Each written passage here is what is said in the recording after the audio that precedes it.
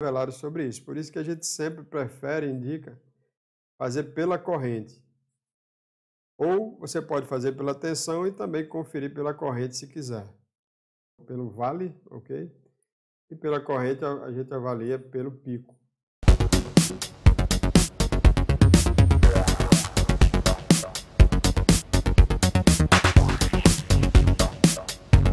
Bom, o penúltimo teste para o dia de hoje é o compressão relativa, né? Então, o teste de compressão relativa, a função é para avaliação da pressão de compressão do motor através da queda de tensão da bateria, decorrente do esforço do motor de partida. E essa avaliação ela deve ser feita mais de uma vez, tá certo? Se houver necessidade, você pode utilizar outros recursos. Então, isso aqui é para uma primeira visão, né? Claro que muitas vezes a gente já consegue já matar a charada, mas se a diferença for pequena, é sempre bom você fazer mais de uma vez, fazer outras avaliações. Isso aí eu estou dando essa orientação baseado na experiência prática, né? Então aqui nós temos aí um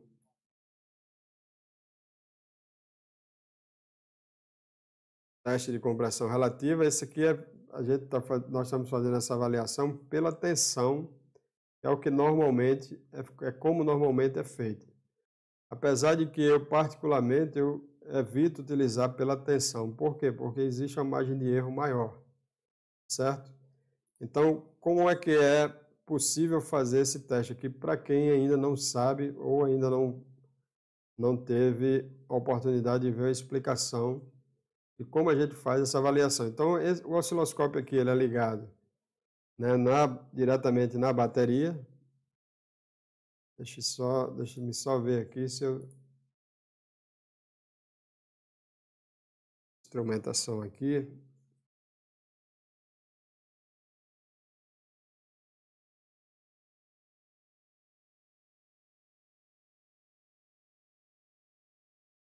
Bom, aqui, né? Aqui nós temos aqui instrumentação, então eu tenho um osciloscópio ligado diretamente na bateria, positivo e negativo, né? Primeira coisa que a gente tem que observar, lógico, nesse teste é que a bateria esteja em boas condições de funcionamento. Então tem que ter uma bateria boa, o sistema de carga tem que estar confiável, né? Carga e partida. Então ligo o osciloscópio na bateria, faço a configuração e nós vamos ter esse sinal aqui, que é exatamente aqui o do vídeo. Tá certo? Então quando nós damos partida no motor,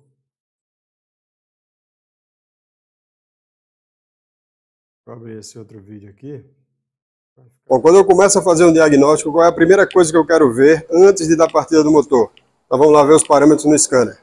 Então após acessar a memória de avarias, mesmo que o sistema esteja ok, acessando aqui com raster todos os parâmetros, mas eu quero ver esses parâmetros aqui, principais. Bateria, rotação do motor no momento da partida, pressão absoluta do coletor, no caso aqui a pressão atmosférica, o motor está desligado, pedal do acelerador se está em repouso, temperatura da água, temperatura do ar, relação ar-combustível e a porcentagem de álcool, que uma tem relação com a outra. Então é isso que nós precisamos fazer antes mesmo da partida do motor, verificar esses parâmetros iniciais. Então é muito importante essa avaliação inicial para que você possa saber os parâmetros básicos para o funcionamento do motor e também para os ajustes do motor, ok?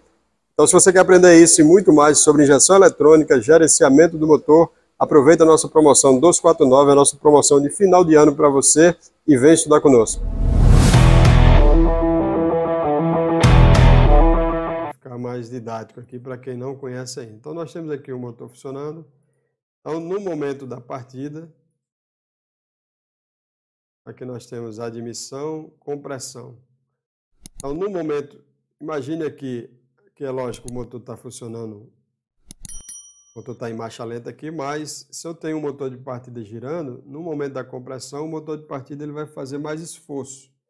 Então, se ele faz o mais esforço, eu vou ter uma queda de tensão maior. E com a configuração feita no osciloscópio, que privilegia, né, a parte alternada do sinal, porque na corrente contínua nós também temos uma parte alternada do sinal, então por isso que nós vamos ter esse sinal aqui, né? certo? Então, por isso que nós utilizamos o acoplamento AC.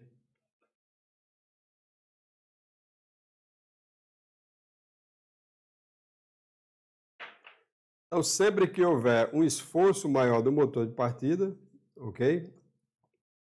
Que vai ser no momento da compressão, então nós vamos, aqui pela tensão, nós vamos ter uma queda na tensão, certo? Então aqui nós temos a configuração do osciloscópio, a tensão é uma tensão muito baixinha, né? Para poder nós pegarmos essas oscilações. Então, se eu tiver uma compressão igual em todos os cilindros, nós vamos ter uma repetição, uma queda aqui, o vale, né? Aqui nós temos o pico e aqui nós temos o vale. Então, as quedas elas vão ser proporcionais à compressão do motor, certo? Então, se eu tenho, os cilindros estão todos com a mesma compressão, então nós vamos ter uma queda igual, certo? E aqui a gente já chama a atenção para uma coisa. Se eu tiver um motor fora de sincronismo, vai ter anomalia de funcionamento no motor, a gente vai ter lá no scanner, nós vamos ter, né, um valor de pressão do coletor alto, normalmente, né, a regra é essa, certo? Então, o valor de carga. Mas, se nós fizermos esse teste aqui, a compressão também vai dar igual. Então, isso aqui é necessário, a gente sempre chama atenção para isso. Por quê? Porque uma análise só feita pelo osciloscópio, a gente nem sempre vai bater o martelo de um problema e não fazer outras avaliações. Isso é um risco. Ok? Eu tenho um aluno que recentemente fez uma avaliação de uma compressão relativa, existia um erro de compressão, de fato existia uma compressão mais baixa, mas o problema que estava causando o defeito no veículo, que a cliente chegou reclamando, era o problema de injetores, era um injetor com problema. Então existia uma compressão baixa, mas existia também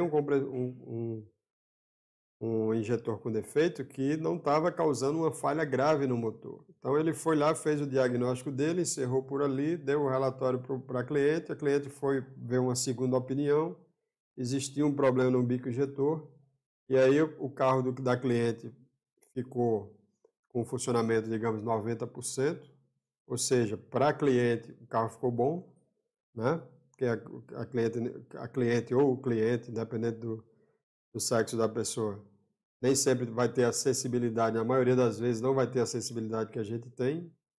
Então, para ela, o carro ficou bom e ele ficou como um mau profissional, que fez um diagnóstico errado, né, e ficou com uma fama.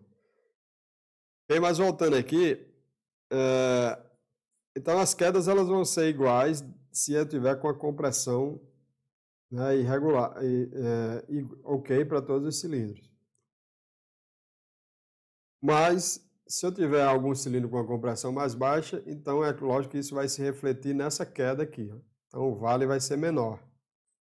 Ok? Então, às vezes, o teste pela tensão, certo? Fazer essa avaliação apenas pela tensão, pela queda de tensão da bateria, que é exatamente essa imagem aí que vocês estão vendo, e essa daqui também, pode induzir a um erro, né?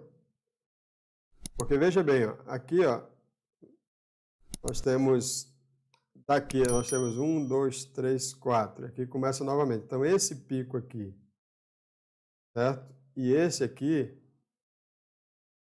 é a referência de ignição. Então aqui nós temos cilindro 1, 3, 4, 2. E aqui o 1 novamente. Fala pessoal, vamos ver aqui uma característica muito importante da gente saber dessa rede CAN, ok? Dessa Mercedes. Nós estamos aqui com o Breakout Box instalado, assim como também o VCI do FK. E aqui no MixSig no FK, nós podemos ver aqui, ó, a comunicação da rede, estamos ligados aqui no módulo do motor, certo? E o MixSig se comunicando com o módulo de diagnóstico, nós podemos ver aqui embaixo. No processo de comunicação ele para e volta, nós vamos dar uma pausa aqui, você pode ver que a rede, a diferença, né, melhor dizendo, entre as redes, ok? Então isso é uma característica não só desse sistema, mas também em veículos nacionais como Volkswagen, por exemplo. Então é muito importante essa informação, porque você começa a testar pelo DLC de forma errônea e acaba não achando problema e chegando a conclusões precipitadas de que o sistema, que a rede está ok. Você quer aprender esse e muito mais sobre rede de comunicação? Aproveita a nossa promoção 249 de final de ano, nosso presente para você, e vem estudar conosco.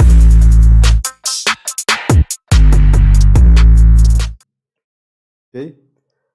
Então eu tenho essa referência aqui está no cilindro 1, então essa queda vai ser do cilindro 1. Por quê? Porque quando o pistão ele chega em ponto morto superior no final da compressão, então nós temos o salto da centelha. Então isso aqui é a nossa marcação que nós utilizamos. Se nós não utilizarmos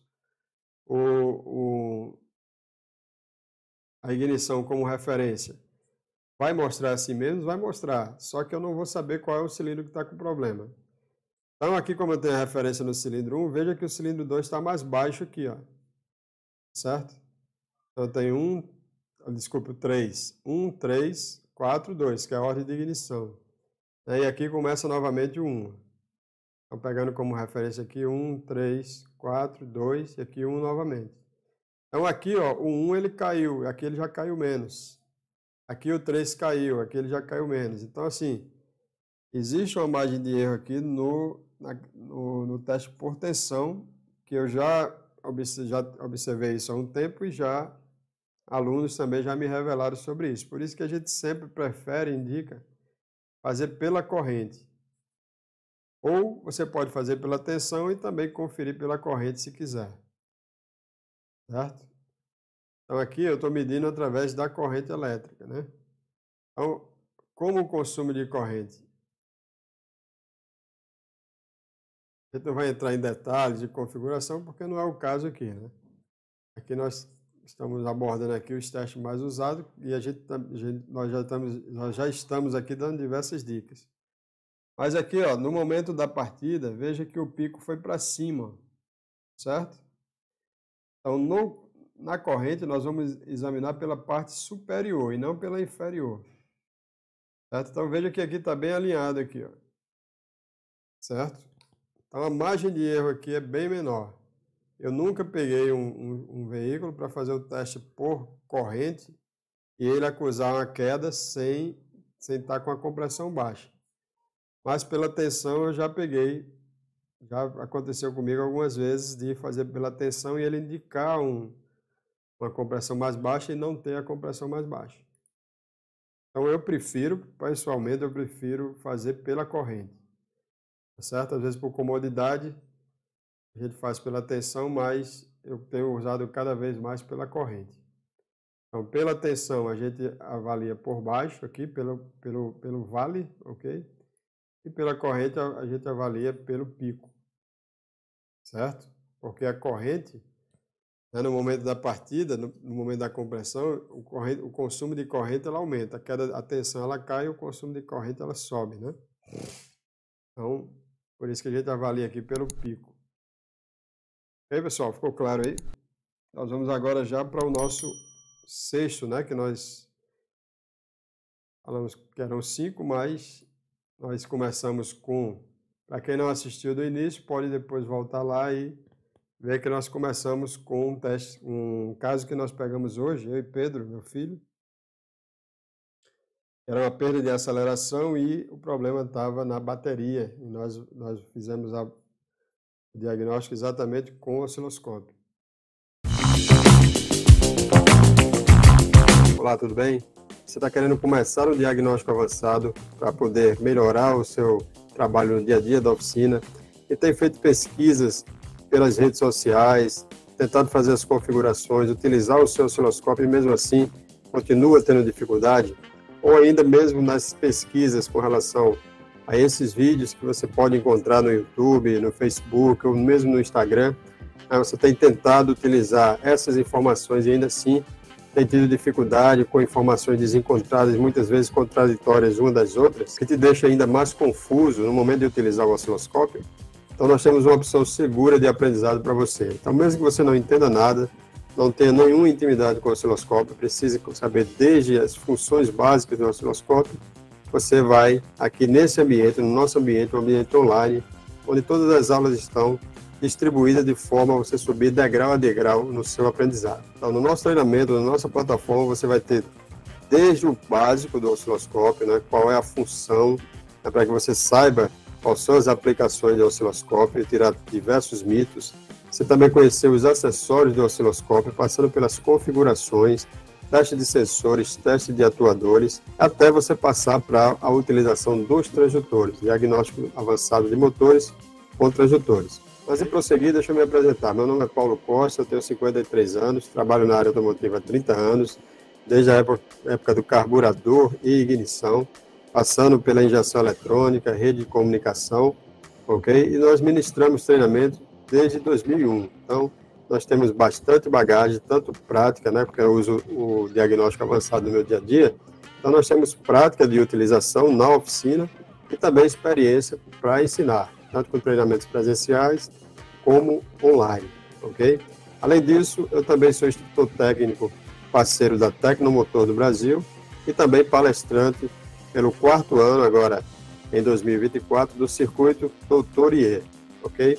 Então, é necessário que a gente se apresente para que vocês possam ter segurança, porque no momento de decidir com quem aprender, tá certo? Então, com esse conhecimento, você poderá fazer diagnóstico em sistemas e veículos modernos, ok? Podendo se manter competitivo, isso é muito importante, né? Então, os veículos estão cada vez mais modernos e muitos diagnósticos, né, nós precisamos do osciloscópio para poder, nós fazemos as medições corretas, fazemos as análises corretas, né, e chegar a um diagnóstico assertivo da forma mais rápida possível, certo? E esse é um outro grande diferencial da utilização do osciloscópio e também do diagnóstico com transdutores, ok? Você ganha velocidade, podendo depois empregar, né, esse tempo que vai sobrar, empregar, né, em outros serviços dentro da sua oficina. Então, tanto você ganha precisão, ok?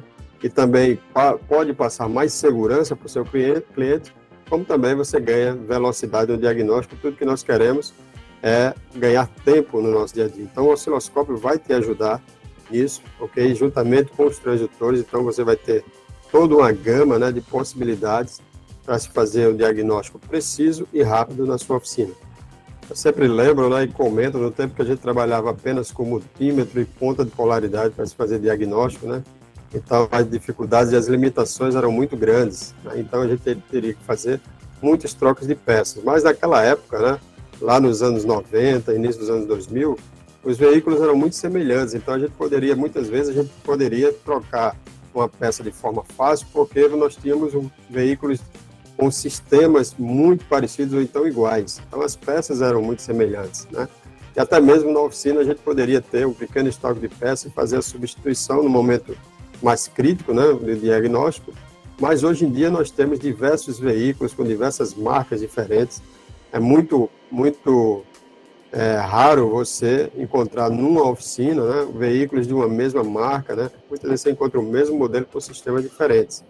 Então, você tem uma ferramenta que lhe permita fazer um diagnóstico preciso, sem a necessidade de estar pegando peças em lojas, ou então fazendo pedido, perdendo tempo até esperar aquele componente chegar e depois fazer o teste e não ser aquele componente. Então, a gente perde muito tempo com isso e hoje tem muita gente ainda trabalhando nesse modelo, né? O que é um atraso, né? O que é uma perda de tempo, né? Que é um dos pontos mais preciosos que nós temos no nosso dia a dia, o nosso tempo.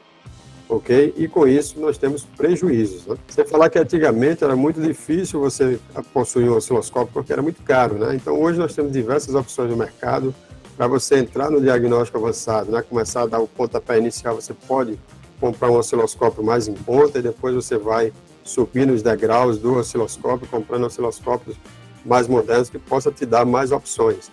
Mas hoje é muito mais fácil você entrar no diagnóstico avançado, porque o acesso ao osciloscópio, né, é muito mais fácil também, ok? Desde que eu passei a utilizar o osciloscópio, incorporar o osciloscópio há anos atrás no meu dia a dia, né, nós temos ganhado muito mais assertividade, ok? E mais uma vez, velocidade no diagnóstico. É sempre bom citar isso porque é uma ferramenta que vai te proporcionar, né, ganhar tempo. Então, é claro que com isso você vai poder, como já citei, né, mas só reforçando, você vai poder, né, aplicar esse seu tempo em outros serviços e assim poder faturar mais. Esse é um ponto importantíssimo, né, que é isso que nós queremos, né, no final do dia, no final da semana, no final do mês, né, ver o nosso faturamento e assim poder ter estímulo para continuar assim a nossa jornada, no nosso dia a dia, no nosso diagnóstico.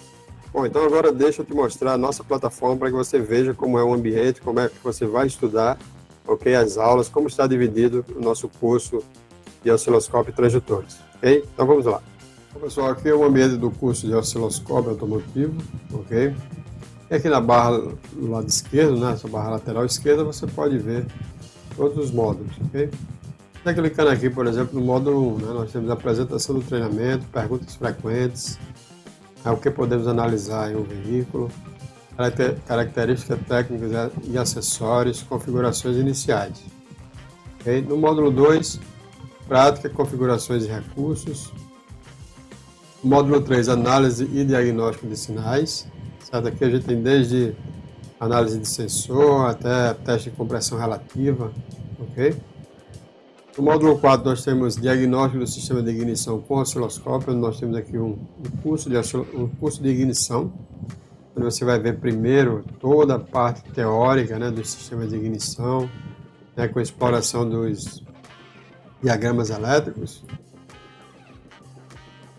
E no módulo 5 nós temos os osciloscópios, onde nós temos aqui uma aula com o neotecnoscópio, né, que é um osciloscópio bastante popular. Nós vamos incrementar, né, acrescentando mais osciloscópios. E já aproveitando aqui, então toda a aula que entrar, quando você estiver no curso, ok? Grave bem isso. Você estando no curso, durante os 2 anos que você tem acesso, qualquer aula que for acrescentada, você não paga mais nada, ok? Então já está tudo incluído, né? Nós temos aulas ao vivo e revisões, tanto aqui como no nosso canal, nós também temos aulas ao vivo que nós fazemos com os alunos, ok? Em uma live fechada. Questionário, onde o aluno vai responder aqui quando ele concluir todo o conteúdo, ok? E esse questionário não reprova, mas ele dá a condição da gente de eu saber se você entendeu corretamente e poder te orientar, certo? E tirar todas as suas dúvidas.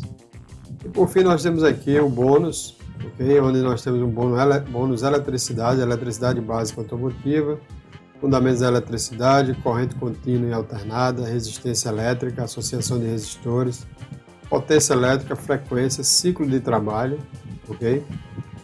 Introdução ao multímetro. Então, nós temos multímetro automotivo, aula 2 aqui, né, que é final e teoria da bateria. Nós temos prática, análise de sistema de carga e partida, teste de amperagem e teste de amperagem, tensão e teste de alimentação elétrica de UCS. Então, isso aqui é um assunto que é muito pertinente para quem vai trabalhar com osciloscópio. Então, se você não tem tanta intimidade assim com a parte elétrica, então aqui você já vai ganhar um mini curso, ok, para te dar esse conhecimento. Na plataforma de transdutores, nós temos aqui, a partir do módulo 2, o módulo 1 apenas uma introdução, mas no módulo 2 nós temos ciclo Otto, funcionamento técnico do motor, nós temos aqui 4 aulas, né, explicando o funcionamento de ciclo Otto detalhadamente, motor monocilíndrico, motor policilíndrico, então é um conhecimento que você vai precisar para o uso dos transdutores, caso você não tenha. Então, quando o primeiro cilindro estiver em expansão, o que o quarto cilindro está fazendo, o segundo e o terceiro, assim sucessivamente. Certo? Então, esse conhecimento é extremamente importante.